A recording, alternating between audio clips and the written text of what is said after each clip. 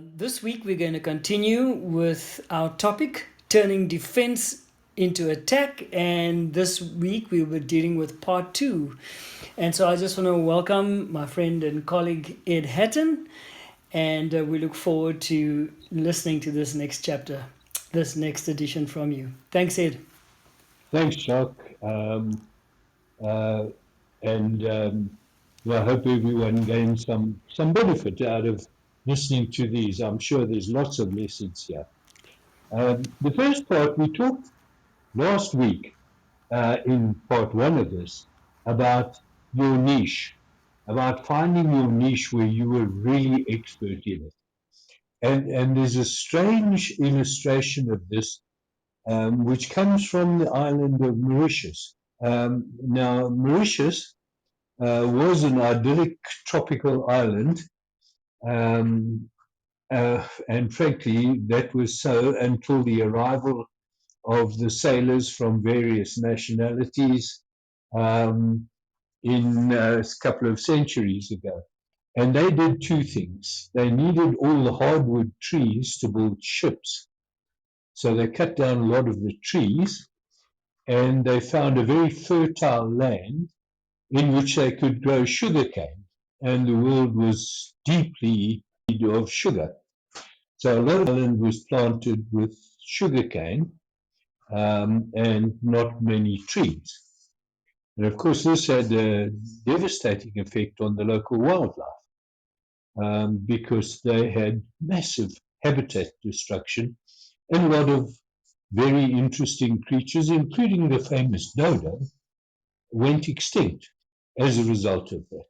Now, if we fast forward to the 21st century, then we look at a Mauritius which has a second problem, because not only has there been deforestation and loss of habitat, but the sailors' ships brought with them rats.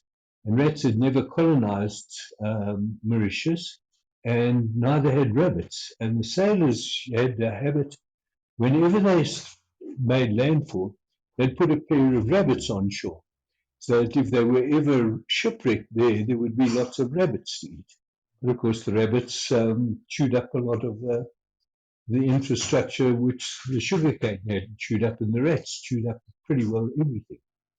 And this had some devastating effects. So there was devastation, and in the midst of this devastation, there was a particular type of kestrel which is totally unique to the area and was steadily going extinct because it was dependent for food on a particular type of tree frog. And that tree frog was going extinct because there just wasn't enough habitat around, and the rats ate the food of the tree frog and the tree frog itself. So it was rapidly facing extinction, and because of that, the kestrel, which was a niche feeder, only fed on this frog, was going to go extinct. And a creative ecologist managed to catch a couple of kestrel chicks, or breed a couple of kestrel chicks, and started reversing the cycle, because he taught them from young not to eat frogs but to eat rats. And so they grew up eating mice initially. It was a little bit gruesome because you had to mince a lot of mice to feed them when they were very young, because they would have eaten pre-digested food. And gradually introduced them onto eating rats until they could live catch rats. And these few kestrels thrived on the rats, which were killing the frogs, which were killing the other kestrels. And gradually, as these few kestrels had chicks, they taught the chicks not to feed on the frogs, but to feed on the rats. And they built up a very healthy population of this particular kestrel, which otherwise would have been extinct. Now, Aside from that being a real heartwarming story, excepting for the rats, of course, um, aside from that being a heartwarming story, the whole idea and the whole message behind that was there was someone whose market had been devastated, their food source, their very income had been devastated. And with the help of bright and very committed ecologists, they changed their way of doing things and found a new niche, which in fact to a large degree reversed the process that was causing their problem in the first place. I don't know that every business can use this example um, to niche in an area which is more productive than the area they have been farming unsuccessfully.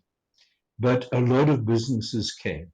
It does take the realization of an ecologist and maybe an outside ecologist who is not a kestrel to look at this and say, we have to do something totally different here. We have to see how we can solve this problem and niche in a different direction and in a more successful direction.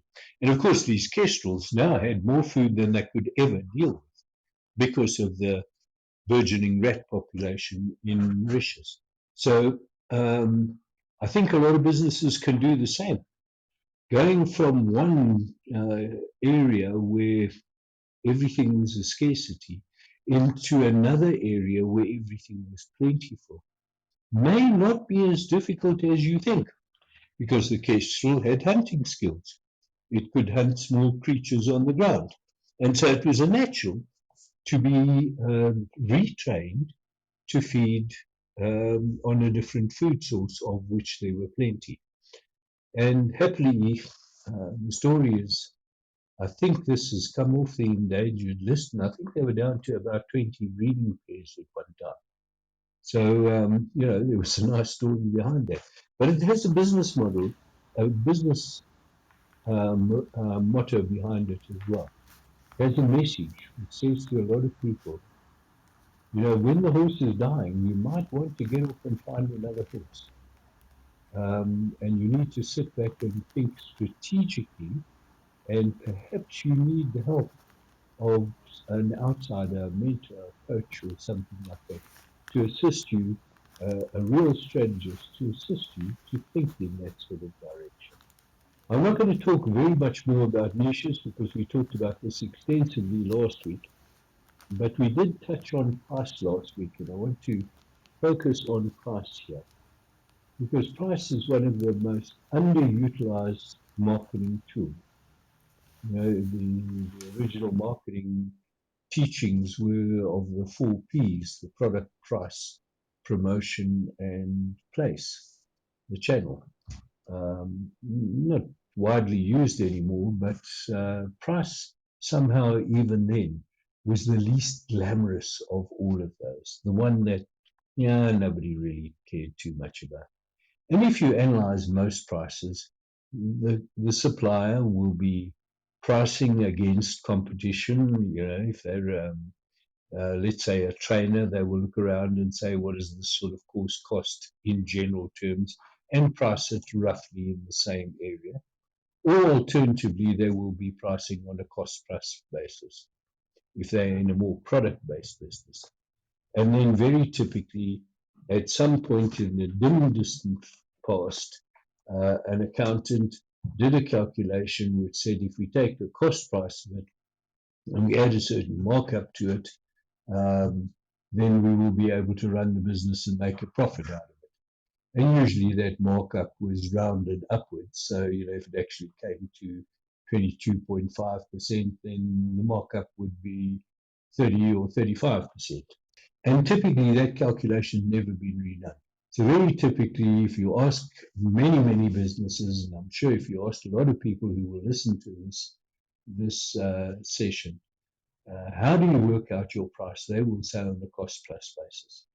We know that we need to add a certain margin in order to produce our income. Well, almost certainly that price is not the optimum price. almost certainly, because optimum prices typically follow a bell-shaped curve. On the one side, if the price is too low, people will not buy it because they won't see value in it, because price has a factor of value. And they will increasingly buy the product and increase the margin that the supplier makes up to a point on the bell curve, the top of the bell curve, and then it will start moving into the too expensive area, where increasingly the higher the price, the more the prospective customer will say that's not worth the value that the product delivers. Now, almost nobody does that sort of calculation, and yet it is relatively easy to do. You can buy software to do price optimization, and a lot of businesses, especially the more sophisticated ones, do that all the time. They price optimize continuously, but not everyone has that kind of information or the resources to do that sort of work continuously, especially in the SME space. The pricing is probably set by the CEO and the accountant's not going to drop his price because accountants don't do those sort of things. And the CEO will want to maximize the profitability of the business, and so the price will stay at that calculation of 30% margin for the next 50 years, quite possibly. Now, we know that there is a correlation between the volume of sales and the price at which it is sold. So for a given set of values, the lower the price, generally speaking, the higher the volume. In many types of products, and if again we look at classic marketing theory, if you have a price elastic product or service, then a small change in the price will result in a large change in the volume. If you have a price inelastic product, then it doesn't really make much difference if there's changes in prices. So if you're selling, I don't know, top-end sports cars for a couple of million rand a throw, and you change the price by 50,000 rand, probably will not make any difference at all to the number that you sell.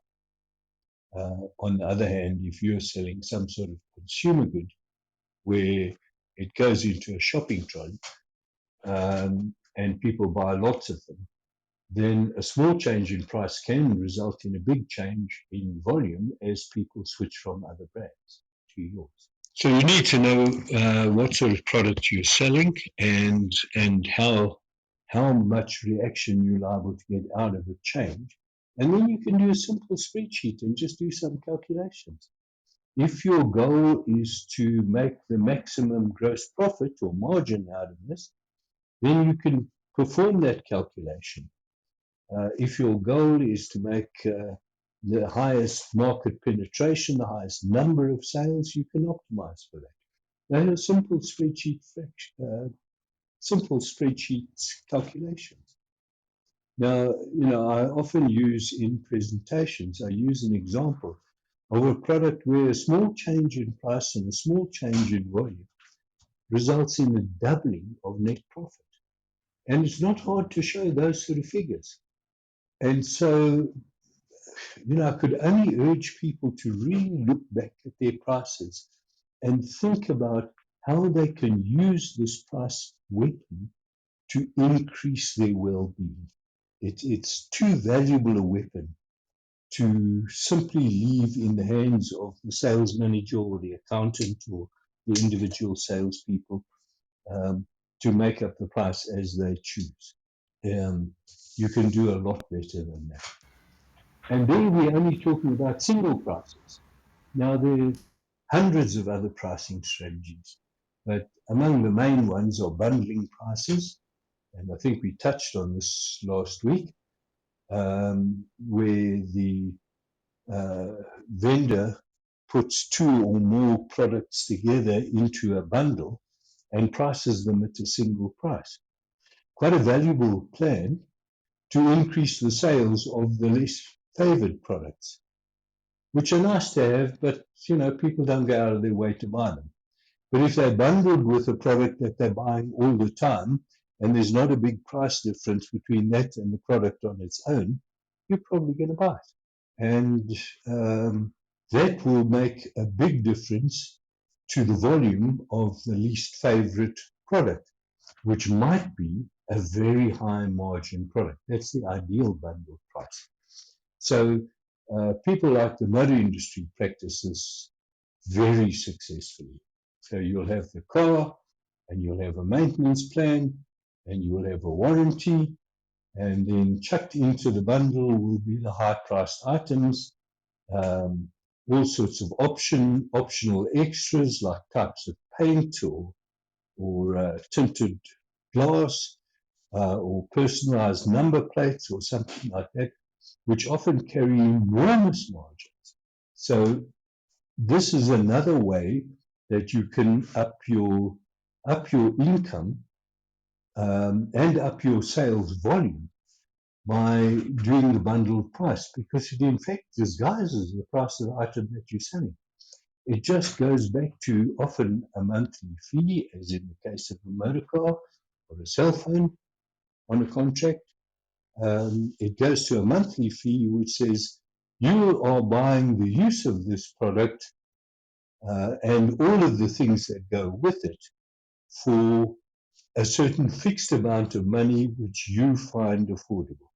And outside of the industries like telecommunications and motor vehicles, there's not a lot of price bundling that goes on. Some retail stores practice it, but there's nowhere near as much price bundling going on in the industrial space as there probably should be. Selling a capital product along with a maintenance contract or a guaranteed set of emergency spares or an annual inspection is a really good way to add value to the sale without it costing you large amounts of extra money. And people should be using that because that's a breakout strategy. That's a way to get noticed, to do things that are different to anybody else. The other pricing strategy, which sounds ridiculous, is to give it away. To simply provide the product or service at no charge in order to get, for a limited period, in order to get market penetration and customer reference. And so typically you would provide a product for the cost of material, no margin, no labor cost on it, simply to buy a reference and to buy a customer who will give a glowing testimony. And in some cases, there are quite a few product areas where the customer decides the price. And usually in those areas, the price the customer decides is a lot higher than the price that you would pay. So we get examples like in some of the B&Bs where they have an honesty bar, where you can go in and have a drink. And then you decide how much you want to pay for that drink, and they tot up all the drinks that you've had and give you a list of them, and then you decide how much you want to pay for that. And typically, the customer will pay more than if there was a fixed price. Many years ago, in the airport lounges, you could buy Proteas, and there was always on the stand, there was a little card which said the attendant is not here for the moment. If you wish to buy some Proteas, just take a bunch and put your money into the box. And of course, there was never an attendant there. And they lost almost no money in the sale of those Proteas, especially to people traveling back overseas. So these are a couple of the pricing strategies. We've only got a few minutes to talk about them today. There's an awful lot more than that. Some businesses like banks and financial institutions have whole departments of people doing nothing but pricing strategy. And in the SME space, we always have someone who does the social media and someone who runs the events and the annual golf day and those sort of things. We don't have someone who focuses on price. And there's a question mark as to whether it's more important to get your pricing right or get your social media profile right. It's just a question. It's not a statement. So use price as a weapon.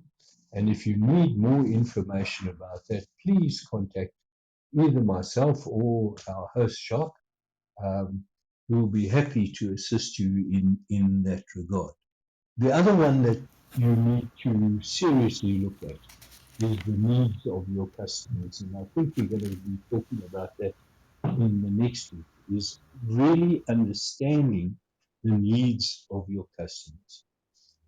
Because there's some wonderful illustrations where there are suppliers who've been supplying businesses or individuals for many years, and then finding perhaps late in life, after years and sometimes decades, that they could have been supplying 10 times the amount to that same customer, but the communication was not good enough for that to have happened.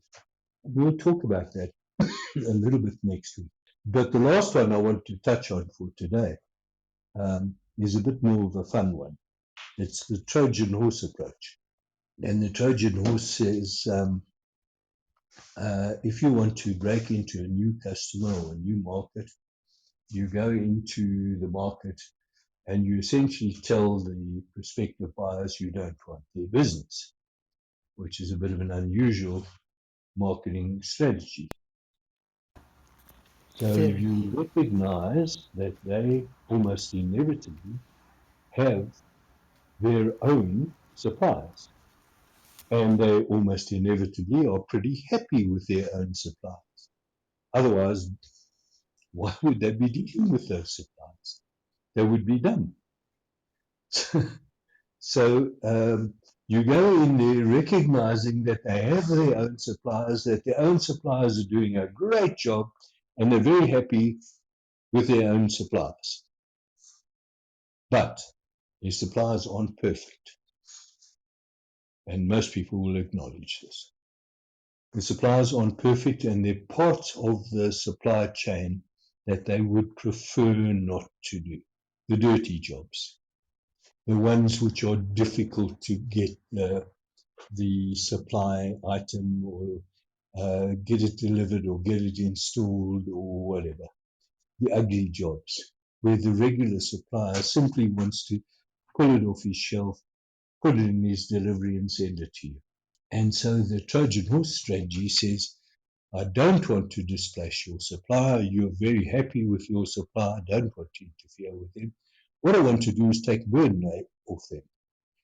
What I want to do is to do all the dirty jobs, and only the dirty jobs. So when you got a dirty job, you call me. Don't bother your regular supplier because he hates it when you do. And a lot of people will go for this. A lot of people will go for this. And then, of course, once you do get one of these deals, you give the most immaculate service, the best that has ever been given to that customer. You are the smartest, the cleverest, the best price, the everything desirable for that customer. And that customer takes notice.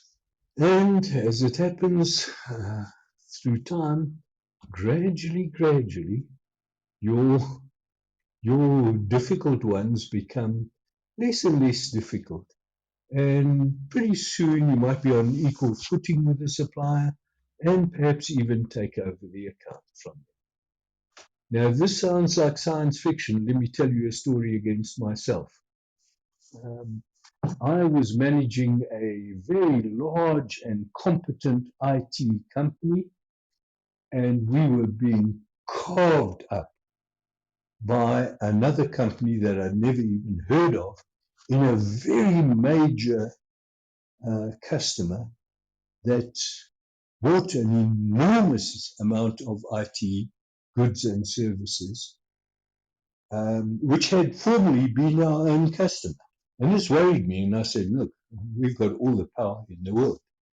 We can supply it quicker, cheaper, better, faster, with better support and everything else. Why are we not succeeding in this particular customer? And so we went along and talked to the customer, of course, because that's the best way to get the answers to questions like this. And the customer said, we are getting such superior service from this other guy. And the other guy was a little one-man band. And nowhere near our power, nowhere near our buying power, nowhere near our range of support, nowhere near anything. But he was ever present. So he spent his life, this was his only account. He spent his life there. He went through that customer every day, and everybody had his cell phone number. And he would walk around and he was helpful. If someone didn't know how to do something, he would show them. If someone wanted to know how to change a cartridge on a printer, he would do it for them. He was brilliant at the support. And try as I might, I could never dislodge him out of that account with all the power of the organization that I had. So here was a Trojan horse. And he had succeeded in doing that by simply being present all the time. When we were delivering IT equipment and services through a delivery service, and then maybe phoning afterwards and saying, is everything okay? He was going there and assembling it himself. And the staff just forced the buying department to continue to buy from him because their lives were made so much easier. So, yeah, there's an example of a Trojan horse that cost me and the company that I was running at the time a very, very large amount of money. And it taught me a salutary lesson that this trick works. This trick can displace even the large and the powerful organization. So, a couple of strategies for you, a couple of things to think about. And I think we can pursue this conversation at least for a while next week, John. Next week is a public holiday, Ed. We will continue. Yes, the week following the 4th. The 4th, yeah. Of May, yes. Absolutely. Yes, next week, of course, a very important public holiday in our country. Yes, we've got quite a few of them still coming up. Yeah. So, Ed, that was just intriguing, very enlightening. And, as you were describing the Trojan horse principle, I suddenly realized, but I recognize this from experiences of my own. But now I can label it, and see the strategy for what it is, but it's stealth. There are some wonderful ones about that. I'll tell the story next time we talk about Sylvester. Absolutely. So, as wonderfully interesting and engaging as usual, Ed, thank you very much. So, as we said, we will catch you not next week, but the following week on the 4th of May. And happy implementing the ideas. That's what we encourage you. Use the nugget, implement it, see the change. Until next time.